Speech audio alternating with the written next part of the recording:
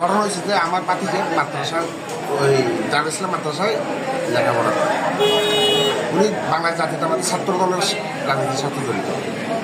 ওইখানে কিছু ছাত্র শিবিরের ফলাফল ওনাকে নিষেধ করছে যে এখানে ছাত্র রাজনীতি করতে পারবে না, এবং ছাত্র রাজনীতি করলে আমাদের ছাত্র শিবির করতে হবে, ছাত্র দলের কোনো রাজনীতি এখানে করতে পারবে না।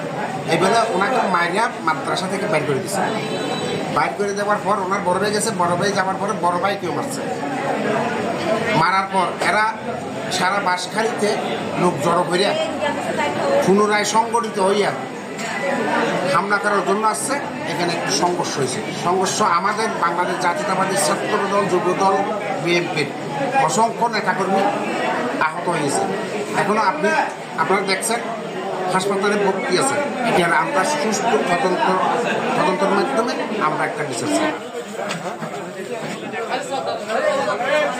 30 মিনিটের সময় ছাত্র শিবিরের 7-8 জন সদস্য আমাদের ছাত্র দলের তানভীর আহমদকে ছাত্র শিবির করার জন্য চাপ প্রয়োগ করে, এবং সে তানভীর আমাদের যুবদল ছাত্র দলের সিনিয়রদেরকে জানালে তারা জিজ্ঞাসাবাদ করলে ওই সময় মারমুখী আচরণ করে আমাদের ছাত্র দল যুব দলের ছেলেমেয়েদেরকে মারার জন্য তেড়িয়ে আসে। এই থেকে ঘটনার সূত্রপাত। আমি সন্ধ্যা থেকে বারবার বিরত রাখার জন্য চেষ্টা করি, কিন্তু ছাত্র শিবিরের দক্ষিণ জেলা ছাত্র শিবিরের নেতা এসে ঘটনাটা সূত্রপাত বুঝিয়ে পরে পরবর্তীতে পুলিশ এসে ঘটনাকে দামাচাপা দেওয়ার জন্য চেষ্টা করে। এখন এই পরিস্থিতি।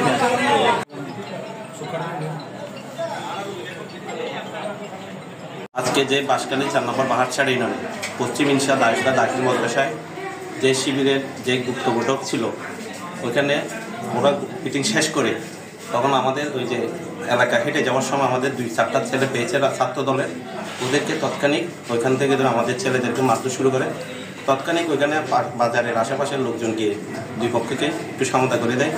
ওরা আমাদের ছাত্র দলের নেতাকর্মীরা যখন চলে আসে তখন ওই মুহূর্তে ওরা বিভিন্ন সাংগঠনিক কার্যকলাপ শুরু করে ওরা বিভিন্ন ইউনিয়ন থেকে লোকজন এনে মোর্শাবাড়ি মেয়ের বাজারের পূর্ব পাশে জড়ো করে আমাদের ছাত্র দলের প্রতি আহত করেছে। আমাদের অনেক ছাত্র দল ভাই আহত, এবং সবাইকে চিটাং মেডিকেল নেওয়া হয়েছে। বিরোধী আন্দোলন আমরা সক্রিয়ছিলাম। আমরা চেয়েছি সবসময় এই এলাকা এবং বাংলাদেশ পুরো বাঁশখালী সব যে আমরা যেভাবে চেয়েছিলাম একটা সুষ্ঠুভাবে ফিরে থাক এবং সবাই ভালো থাকবে এসাই চেয়েছিলাম।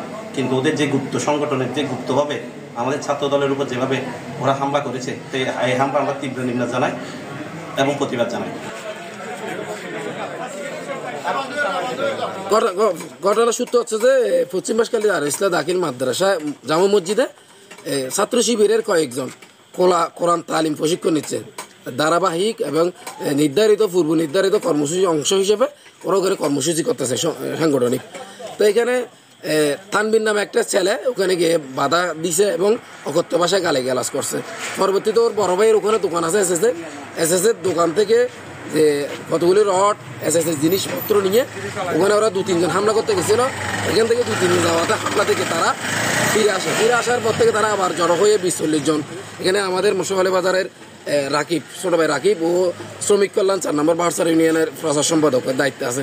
ওকে বেধড়ক মারে। আমি আর হামিদ সহ আমরা অনেক চেষ্টা করছি ওকে করার জন্য। 20-40 জন মানুষের সাথে আমরা 2 জন মানুষ পেরিয়ে উঠতে পারতেছি না।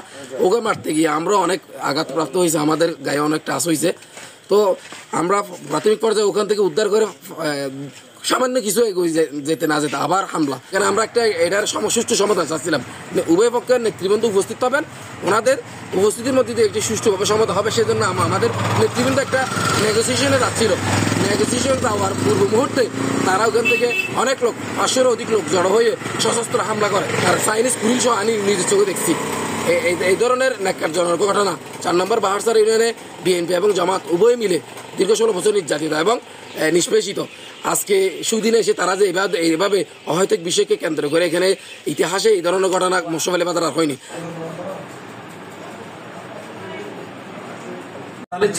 আমাদের একজন ছাত্র দলের এই যে নেতার সাথে এই কিছু তারা তর্ক বিতর্কে জড়িত হয়। এরপরে দেখি যে আবার সন্ধ্যের দিকে দেখি যে মোশালিমের বাজারে নাকি তারা জড়ো হচ্ছে। গ্রুপের মধ্যে সংবাদ দিয়ে বিভিন্ন জায়গা থেকে শিবির তো ওই ধরনের সংগঠন আমরা তো জানেন। তখন আমাদের দলের কিছু কয়েকজন নেতা কর্মী ছিল, পুলিশ এসে বলে যে দুই পক্ষের লোকরা সবাই চলে যান। আমাদের লোক মনে চলে গিয়েছিল। এরপরে ওরা চৌমুখী একত্রিত হয়ে সংঘবদ্ধ হয়ে দেশীয় অস্ত্রশস্ত্র নিয়ে আমাদের দলের নেতা কর্মীর উপর অতর্কিত হামলা করে।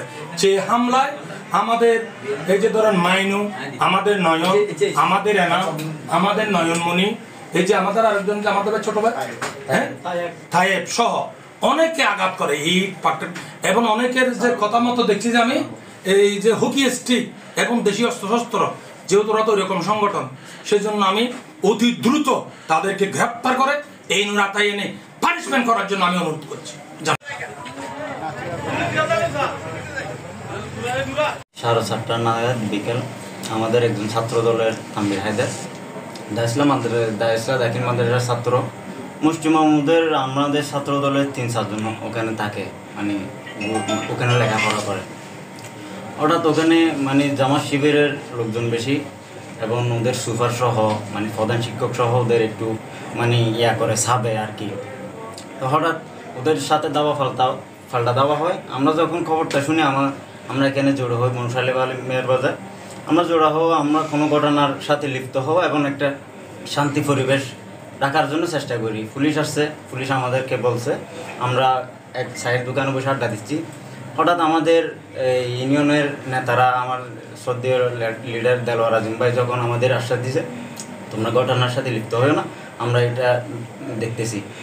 তো হঠাৎ আমরা যাওয়ার সময়, আমরা তো পুলিশ যখন আমাদের আশ্বাস দিছে যাওয়ার জন্য আমরা চলে যাচ্ছি বৈশালী বাজারে, হঠাৎ জামাত শিবিরের অতর্কিত হামলায় আমরা আঘাত হই।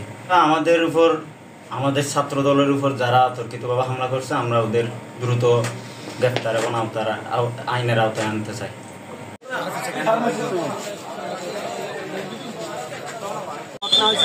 মসজিদের মধ্যে একটা প্রোগ্রাম হচ্ছে, ওরা অতর্কিতভাবে ওইখানে হামলা করেছে। এটা মোটামুটি সমাধানের পথে ছিল। পরে এখানে এসে ঢুকে গ্রুপের মধ্যে পুলিশের সমাধান করতে চাইছে। এর মধ্যে পাটকেল লুটের মধ্যে কয়েকদিন আহত, একজন গুরুত্ব দিনে আহত হয়েছে। উনিও এক অপরের বাইক এখানে এলাকা। এখন কিন্তু উভয় নিয়ে যেতে চিকিৎসার জন্য নিয়ে যেতে তারা আহত সব ছাত্র জমাতে